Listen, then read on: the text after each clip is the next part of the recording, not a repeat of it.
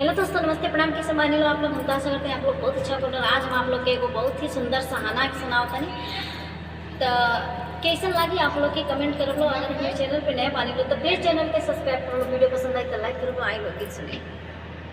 ससुराल जाके भैया, ससुराल जाके भैया, अपनों को ना भुलाना। ससुराल जाके भैया, ससुराल जाके भैया, अपनों को ना भुलाना। ससुराल जब जाओगे, ससुराल जब जाओगे, सासू तेरी मिलेगी, सासू तेरी मिलेगी।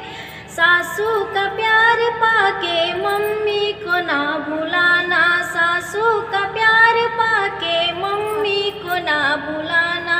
ससुराल जाके भैया, ससुराल जाके भैया, अपनों को ना भुलाना।